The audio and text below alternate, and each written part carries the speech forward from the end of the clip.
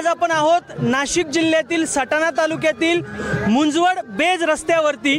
आज या ठिकाणी श्री क्षेत्र मुंजवडमधनं चैतन्य सद्गुरू रामदास बाबांची पालखी बेज श्री क्षेत्र बेज येथे पांडुरंगाच्या भेटीला रामदास बाबांच्या मंदिरामध्ये जात आहे।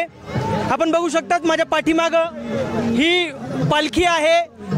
संत श्रेष्ठ निवृत्तीनाथ महाराजांची जी पालखी आहे, जी दरवर्षी त्र्यंबकेश्वर ते पंढरपूरकडे प्रस्थान करते, हुबेहूब त्याच पद्धतीची अतिशय आकर्षक अशी ही पालखी रामदास बाबांची आहे।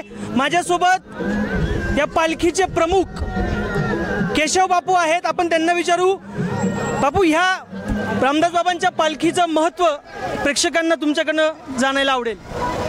रामदास बाबा हे मूळचे बेजचे, म्हणजे जे रामदास बाबा ट्रस्ट म्हणून जे आमचे राजू बाबा सूर्यवंशी आहेत त्यांचे पूर्वज म्हणून रामदास बाबा श्री संत होऊन गेले, तर त्यांचे आम्ही वारसदार। तर त्यांनी माझ्या अंदाजाने वर्ष किती जुने असं सांगता येणार नाही, परंतु विठ्ठल रखमाई आणि रमाई या तिघांची एकत्रित स्थापना सगळ्यात जुनी बेज या गावी केलेली आहे। आणि बाबांचं स्थान हे मुंजवडला असून आणि एक स्थान बेजला आहे।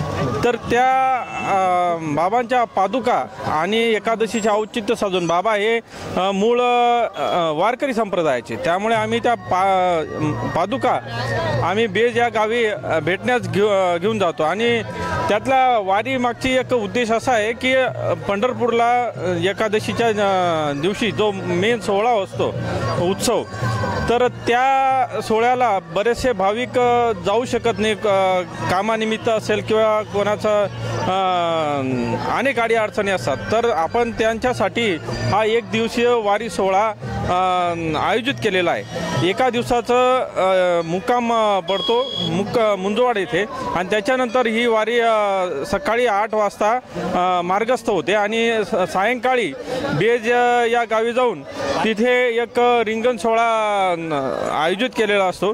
रिंगण सोहळा झाल्यानंतर बाबांचा आणि विठ्ठल रखमाई आणि रमाई या सगळं दर्शन घेतल्यानंतर वारी तिथं संपन्न होते। साधारण किती वर्ष आहे जुनी आहे ही वारीची प्रथा? वारीला साधारण 4-4 वर्ष लागलेलं आहे। पहिल्या वर्षाला मोजून एक 8 ते 10 भाविकांनी आम्ही ही वारी सुरू केली होती।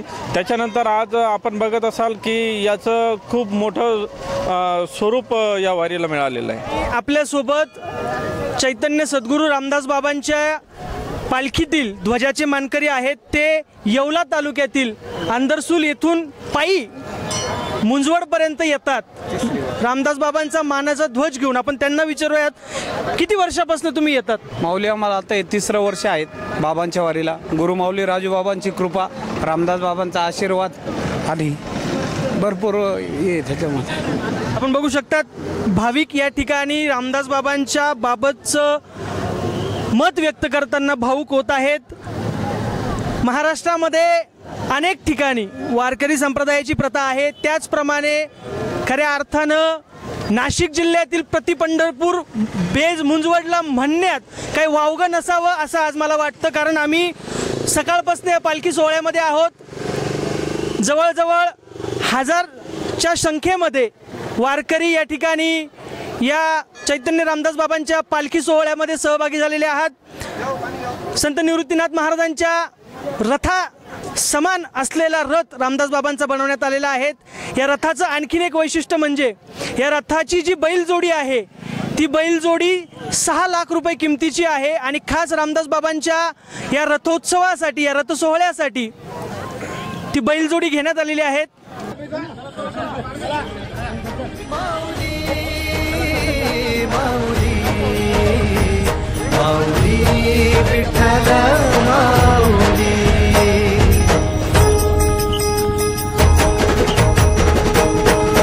चाले वाकडीला खेळनाद घुमतो गजर टाळ दुकात वैष्णव देवान हा। कुणी खेळतो फुगडी, कुणी करीतो वतन त्याच्या मध्ये माझ्या पंढरी।